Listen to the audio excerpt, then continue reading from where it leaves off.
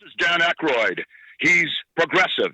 He's beautiful. He's thoughtful. He's intelligent. He's powerful. He's positive. He is Stephen Cuoco on Power 98.5 Satellite Radio. You're listening to Power 98.5, powered by United Angels Dream, your number one resource for public relations, entertainment, and multimedia. Contact them today at unitedangelsdream.com. Empowering listeners from the US to the UK. Live on air with Stephen Cuoco. I love going through all of this with you. Nice. Welcome to Live on Air with Stephen Cuoco on Power 98.5 Satellite Radio, the latest and greatest and the best in music, news, entertainment, film, reality, TV, and more. You're listening to Power 98.5, whether on your iOS or Android app, Alexa, TuneIn, Apple Music, or any other platform that we're on. I think it's like probably about 10 or 11 right now. So it's a beautiful day out today. New York, what are we looking like today, New York? Cloudy, overcast, rainy. It's why I got my nice comfy little sweater on. I hope you guys are liking this. It's brand new. It sat in my closet for probably about since 2020, 2021. And I thought to myself, hey, I need to look good. I need to feel good. I've got Jeremy Neumark Jones with us today. I had a feeling you were going to show up somewhat fashionable. I'm loving the chain. I like the shirt. Oh yeah, it looks awesome. Yeah, little do you know, underneath this, it's a total mess. But you know, that's the perfect thing about video from the waist up. How's life? How's the weather? How are things with you? Great, yeah, really good. Weather here, Copenhagen. I'm in Copenhagen. It's not known for its amazing weather apart from in summer, although anyone who's never been, I do recommend you go from about May onwards. But you saying cold and rainy and overcast and grey, that really resonates with me. You know, I'm a London boy as well, so we've got a lot of that there too. And things are great, man. You know, things are really good. I've just come back from promoting like another thing that I've got coming out hopefully this year, and I'm going on holiday. I'm going on a little break to Colombia for the next 3 weeks. Nice. From this Thursday. So my mind is like halfway in the jungle already. Oh no, are you doing? Well, it's good to be here with you as well. I mean, I'm delighted. I'm delighted that I'm here. Are you doing the sandals, or like how are you getting ready for Colombia? Yeah, well, exactly. It's a whole question, and it's a pretty varied country. So, is it going to be beach shorts, or is it going to be hiking boots? Is it going to be bug spray, or is it going to just be beach towels? I don't know yet, and maybe it's going to be a mix of all of those things. I've got a feeling it's going to be quite a challenge to pack when I get around to it. But I'm very last minute, so whatever ends up being in the bag is what I'm going to have to live with when I get out there. I'm going to honestly say you're courageous, because unless I'm on a resort, if I'm going to be heading anywhere in the jungle in Colombia, there is no way I'm wearing sandals. I mean, there's no way my feet are going to be uncovered. You may not come back with a toe. Yeah, that's what I understand. Like an ant's going to nip one of them and take it back to its hive. You've got dual citizenship, if memory serves me correctly. Let me pull it up here. And for those that are tuning in, we've got actor. You're a producer as well, correct? Yeah, that's right. Yeah, I'm a podcast producer. Writer, producer. Let me hit over. Actor. Jeremy Neumark Jones with us today. Anyone in the audience, if you have a question for Jeremy, please present that to us. We would love to answer any questions for you. You're also a resident of Germany, correct? Yeah, that's right. Yeah. I saw that. So should I do the little read the... Let's do it. Yeah. All right. So we've got Jeremy Barrington. Sure. Why did you leave that out? I like that. Oh, I love it. I'd include it. I'd include it if I could, but I think 4 names is too many names to put on an acting bill. Okay. Try to get it down to 2. All right, so Jeremy Barrington Neumark Jones is an American English actor who has taken lead roles on the BBC television series The Last Post and on the ITV drama series Belgravia. Am I saying that right? Belgravia. Belgravia. Okay. Yeah, but that's an English thing. His grandparents were German Jews who moved to England because of the Nazi regime. In 2020, he took up German citizenship. So what is that like? Or do you have to pay taxes in Germany, or can you still remain like a visitor? So, slight correction, only my mother's father, my maternal grandfather moved over. My grandmother was already in the East End. It doesn't say that anywhere online. No. There's a large population of Jews who have been in the East End of London since at least the 19th century, and her family was part of that. So she's a Cockney, is what you'd call her. But my maternal grandfather, yeah, he moved over in 1933, and then around the time of Brexit, so in 2016, obviously we were all used to in England traveling around Europe like other Europeans, and then we knew that was coming to an end, and so started looking into the different options. I'm quite lucky because I have quite a mixed background in terms of my heritage. My father was Welsh and Irish. Barrington is like a Welsh name. He's called Barrington Jones, so that's where the Jones comes from, in Neumark Jones. And indeed, that's where my middle name Barrington comes from as well.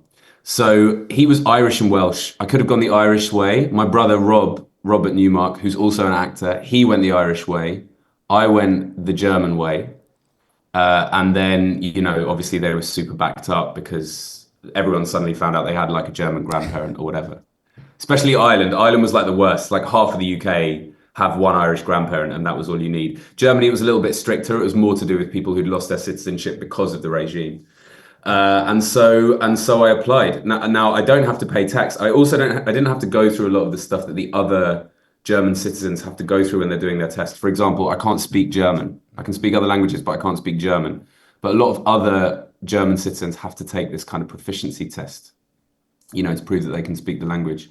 So for me, it's more like a kind of symbol of my cultural heritage, and also something which I just felt was really important, especially as an actor.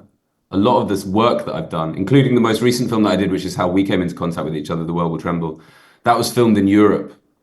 And so sometimes you have to get a visa now to work in Europe. But if you're a European citizen, you don't have to do that. You don't have a limited number of days. You can be there. You can work across the continent as a citizen of any of the countries as a member. Yeah. I love that. Seriously, that's awesome. I mean, it's great. As someone who's, only a U.S. citizen, I just think to myself, wow, I mean, be kind of cool to enter into another country and be like, anytime I want, whether holiday or otherwise, and just be able to step into another life. And that's what I appreciate with you, Jeremy, is I was thinking about this interview this morning, and I was just overwhelmed with such joy because we really don't know what our lives are about until we step into someone else's, or we get out of the environment we're so used to. So I feel like I'm there with you right now. Like, I don't even feel like I'm here in the States. I love that about the States, though, because I feel like it's a place where I think it was last year, my partner and I drove from Tampa to LA, like 3,500 miles or whatever it is. No. And it's one of the most unique experiences you can ever have. You feel like you're traveling through as many countries as there are in the European Union, right? You're going from like Panama City, from the Bible Belt, you're going into Austin, we went to Amarillo, you're going to New Mexico. These places are like, and every single one that you stop in, you're stepping into this life that you otherwise just would never have any sense of, ever. Okay. And it's amazing.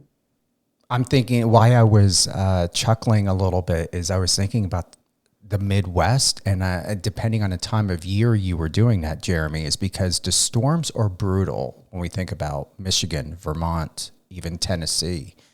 So did you run into any hurricanes, anything about to sweep you up? We had, yeah, it did cross my mind that Twister, the original, right? The 90s one. Yes. Like all it requires us now in like our little Toyota Auris or whatever it was, just to see like a little grey chimney on the horizon coming towards us slowly. We didn't have that, but what we did have What we did have was I'm not very good at planning things, and neither is my partner really. And we arrived into, I think it was San Antonio. It's where the Alamo is, isn't it? I believe right. so, but don't hold me Yeah, to yeah. it. Right, yeah. South Texas, warm is the point. Yeah. It was like 28 degrees Celsius. So I don't know what that is, but it's like over, I think it's 90 or like over 90. It's warm. And anyway, we decided that night to go to Amarillo, and we only had summer clothes. Amarillo is like North Texas. We got in the car, it was 28 degrees Celsius. We got out of the car and it was -2. And there was this like, which is like, it's like 0 Fahrenheit or something crazy like that. It's like 10 Fahrenheit.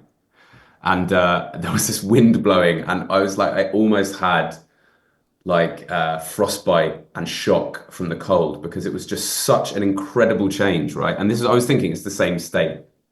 How much of a difference can it be? And it was absolutely mad. And we got rammed by that for like 2 days. They had some kind of like, there was whatever it was, there was like continental snowfall further up, the state above or the state above. So not far away from Tennessee, I guess.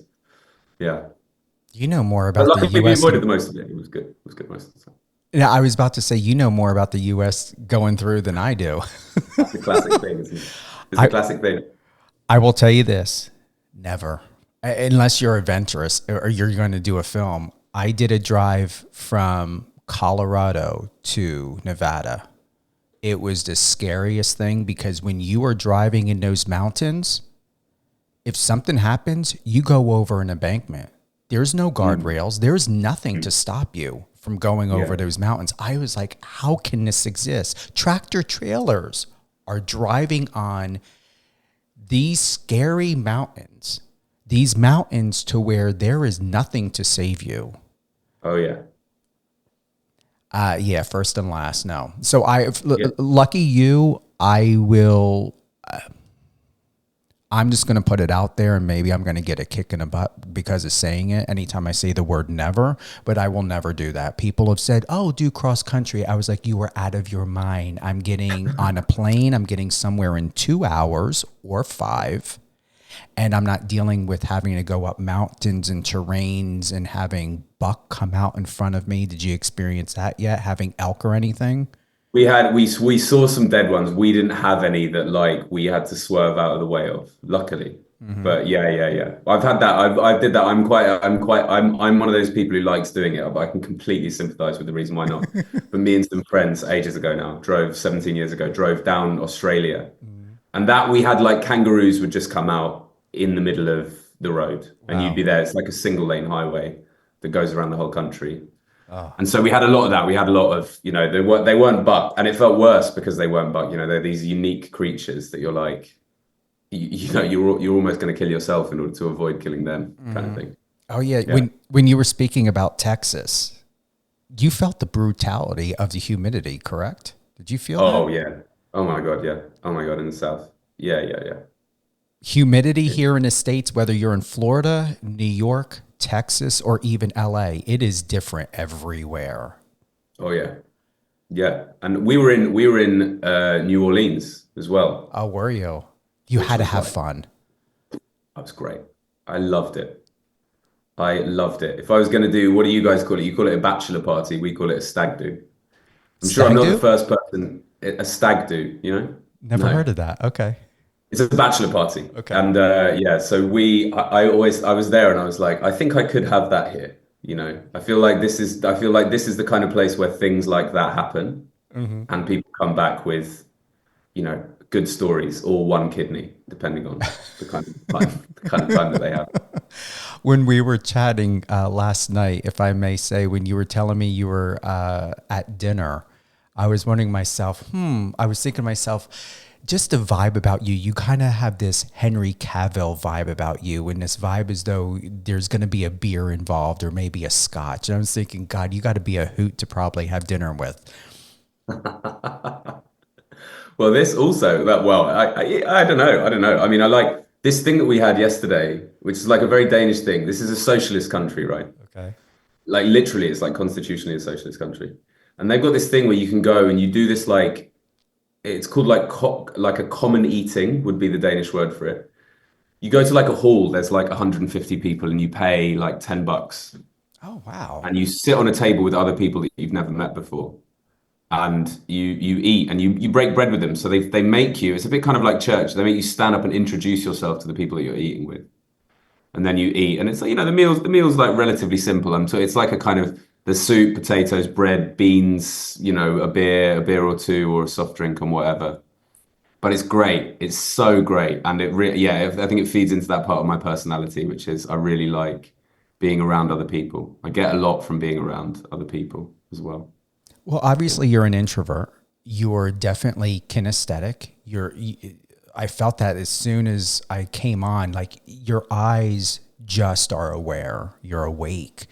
You're profoundly incredible. And it goes back to our conversation is, to look at the fact that the movies, obviously the most recent, The World Will Tremble, The Last Post, The Feed, One of Us, you've played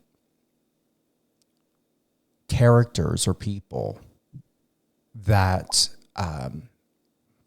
where I feel that you were able to encompass who they are, but obviously with The World Will Tremble,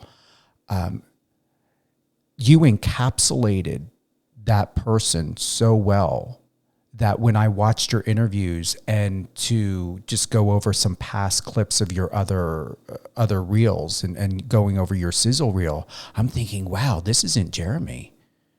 In that role in The World Will Tremble, it was not you. You went somewhere else. Once again, when I watched your sizzle reel, I can feel pieces of you in those characters. But in this film, where did you go? It was a very intense experience. I think that was the thing that helped it. We had like 18 days overall and quite a small budget. And a lot of it relied on the connection between the actors, I think is basically the thing. So we had not a lot of rehearsal. We turned up. We'd all been cast. I mean, I was on this other thing that I've got coming out this year, Gateway to the West. I was on that while I got cast in this. And so I went from that to this. And, some other people had been on other stuff, or they came for a little bit of the shoot, but not all of the shoot. Mainly it was just me and Ollie Jackson-Cohen, who's my co-star, on it for the longest period of time, which was all 18 days. And there was just something about it just clicked. And like to be frank with you, it was a very brutal experience. It was not like other things that I've done, because, and I mean that in a really good way, we were treated with a lot of respect and we were treated with a lot of care, but nonetheless the material is incredibly brutal. I have a personal connection to it in some way, in more than one way. I mean, I watched that interview with Mikhail Podhlebnik years before I did the part, and years. So I felt like I had a connection to him already before I even started filming. And so it just means that in those moments where you're having to go really, really, really far down, and the cameras, it's quite a way back, or when it's there, it's not very intrusive, which is always like a really important thing. You as an actor, you and the cameraman, you're involved in this dance together where, they're trying to not make themselves that obvious to you, but you're also trying to give enough of yourself to them while still staying true to the character. And between those two things, I think we just found this really good synergy where it became very easy. Everything was very intuitive. There wasn't a lot of thinking through. There wasn't a lot of planning. It was just, we're gonna do it, and the camera, you're gonna trust that the camera is gonna be there to pick you up. And the director has complete faith in what you're doing. And I have to say, this is one of the things I love TV. I think the difference between TV and film gets closer to theatre, which is like my true love. But in TV, it's a product that's sold for a particular brand. If you're watching an HBO drama, the producers are HBO producers, and they're going to want it to live up to the standards that HBO have, which are incredibly high, and it's incredibly high performing.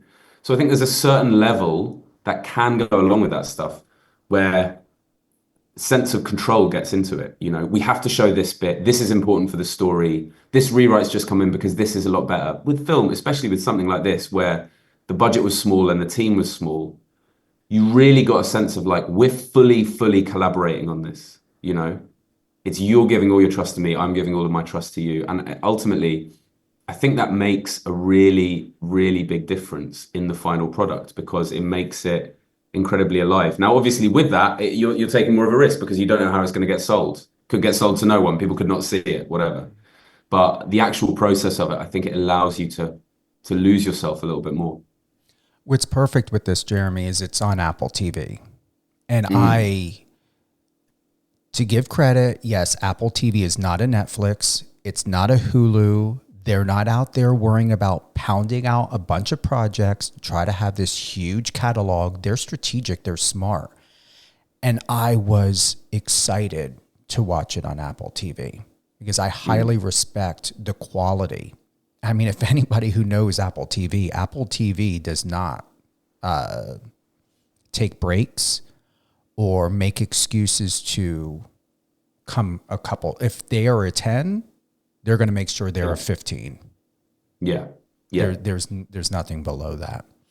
So for what it's worth, because of it being on Apple TV, because of everything you've accumulated throughout the years, which obviously has been very strategic because with looking at all of your projects, there is what I feel a strategicness to it. And with Gateway to the West, what I really was surprised by was that I just recently interviewed Eric Roberts. I thought, oh, wow, this is serendipitous. Great cast. Could we say with Gateway to the West, you are one of the lead roles, not a supporting actor? Like, how would this be defined? Well, I would say I'm the lead role because I have top billing. Nice. But it's very, that again is very collaborative because you've got like, you know, there, I think the thing is to be level about it, you have a group of incredible Hungarian actors, a group of incredible Mongolian actors, a group of incredible English-speaking actors from America and from England. And in that, I think really you're looking at people who are really respected in their own fields. So like the Mongolian actors, some of them are, for example, one of them, while we were doing the film, he won like the best international actor at some Russian film awards, which are apparently really big, but obviously like they're completely out of our sphere. They're completely out of America's sphere. But, you know, I don't know anything about them. I don't know anything about the Hungarian ones either. But you meet these people and they're prize-winning actors. And so you think everyone's really at the top of their game. And so I was on, that was a longer shoot. That was about 80 days. And I was in every day of that. Now, Ray, who Eric may have talked to you about, who's an amazing actor. He passed away after we'd finished. Oh, did he? Yeah. Ray Stevenson. Yeah. We had him for 2 weeks. He's done a lot of really impressive work. I mean, growing up, he did this series called Rome for HBO, which was massive back in the day, which I loved. My education's in classics. It's in Latin and ancient Greek. And I watched that. I completely fell in love with it. But he was a very in demand actor at that time. So we only had him for about 2 weeks. But I would say when it comes out, it's going to be me that you're going to be seeing on the posters, and hopefully it's going to be my name that you're going to be seeing first if all goes according to plan. Yeah, I hope so. Well, I'm looking at I would say, I don't know if this is temporary, but they've got a photo.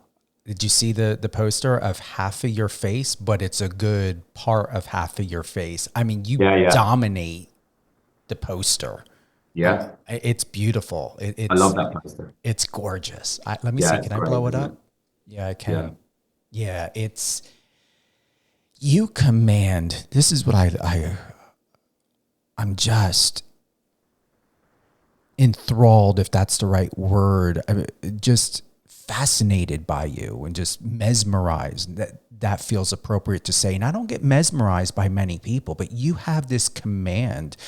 I wouldn't doubt if you've lived many lifetimes or what's going on, but there's this power and empowerment about you, Jeremy, that is profound. Moving forward, And just to emphasize this again, you've done a lot of military war style films.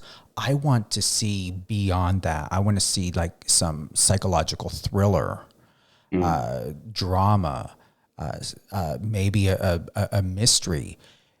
Is that the direction of where you would like to go? Is in more sectors besides what you're currently accustomed to doing?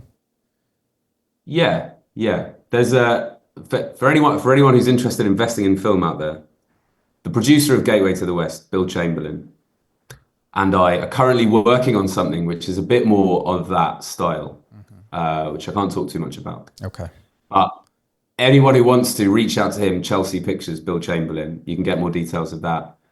And that is much more, I think, it's very hard. In England especially, we have a class system, right? And a class system is something which is enforced like knowingly or not. And one of the ways that it's enforced, for good and bad, is, and I think mostly bad, is, they hear someone like me, and the casting, that'll go period drama.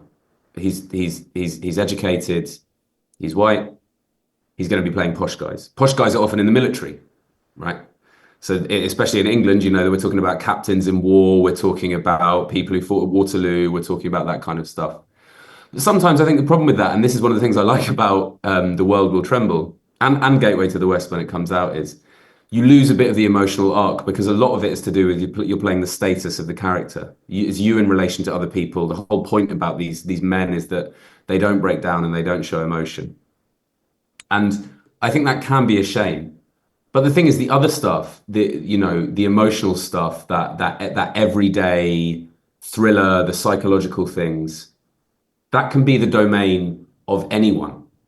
And so sometimes the casting options for that compared to some of the historical stuff, it completely changes. And I think it's progressed in a really good way. I think you're seeing a lot of very diverse castings for those kind of modern projects. And I think that's absolutely fantastic.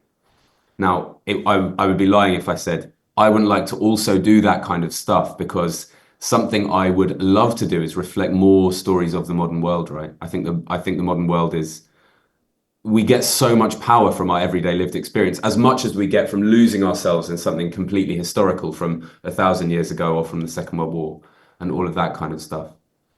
But for me, the truth of it is, it doesn't matter if you're in the Middle Ages or right now. The point is that you're trying to play the connection between between one person and another person. And it all rests in those stakes. And provided you can unlock those things, all of those stories have the same axis to them, in my opinion, right? Which is just the human axis. I like that. I'm processing of what you're telling me right now, because I went deep with you. Which is telling me, is there a script inside of you? Is there your own project that you plan on doing in the near future? Well, I do write. I write a lot. I mainly write literature. So I mainly write books.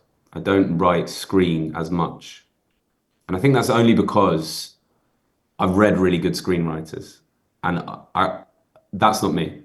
It's not me. I much prefer having the sense of utter control if I'm just left to my own for hours and I can write and write and write, describe, develop plot as much as I like, and then pare it back. I've always done it ever since I was a kid. So I'm actually currently finishing up a draft of a book that I've been working on for about 1.5 years. Nice. And yeah, that is much more. Do you know who Elmore Leonard is? No, not that I can recall. He wrote like Get Shorty. Oh, all right. Yeah. And Rum Punch, which is what Jackie Brown, the Quentin Tarantino film, was based on. Right. He's an American writer. He used to be called Dutch, was like his nickname. He's from Detroit. Okay. Moved down to Florida. He's an incredible writer. His books are like so easy to read. If you want to do your beach holiday and you've got a week on the beach, you can read one of his books in like a day. It's incredible. And the way that he writes, I think is perfect. I think he's a perfect writer. And so I've been really, in the last couple of years, I've been really inspired by him. They're capers, right? He writes like they're fun. And for me, I think that's also something I really like. I like going deep, but I also really see the value in humor and enjoyment. And I think either, in The World Will Tremble, I think one of the scenes that I'm proudest of is the one after, spoiler alert, but it's already come out, they've escaped. And they've gone through the river, and one of them's been shot and the other one's hurt their leg. And you just have that moment of connection between them, which is like light. And it's lighter than all of the stuff around it. And I think bringing the light and the dark together is such a rewarding thing to be able to do. And I think Elmore Leonard does that perfectly. And that's what I'm trying to emulate with my writing. To be honest, I rarely watch a movie twice. I actually watched it again last night, and No way. Yes, I did. No lie, all the way through. And it is that scene where both you come out of the water and you're there, and it was that connection. And then when you have the moment of laughter, and then when both of you find yourselves in that little village, and you go into the barn, and just, that's where you guys amalgamized together. It was like, wow. And then when you took the bike, that's where I feel the film really took off in those moments, because that's where it just came down. All of the emotion came down, and we were able to just hone in on just the both of you and the story and the connection.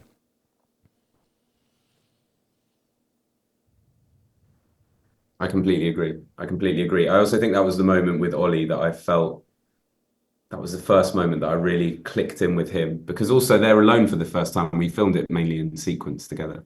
So we were with most people at the beginning and we were with fewest people at the end.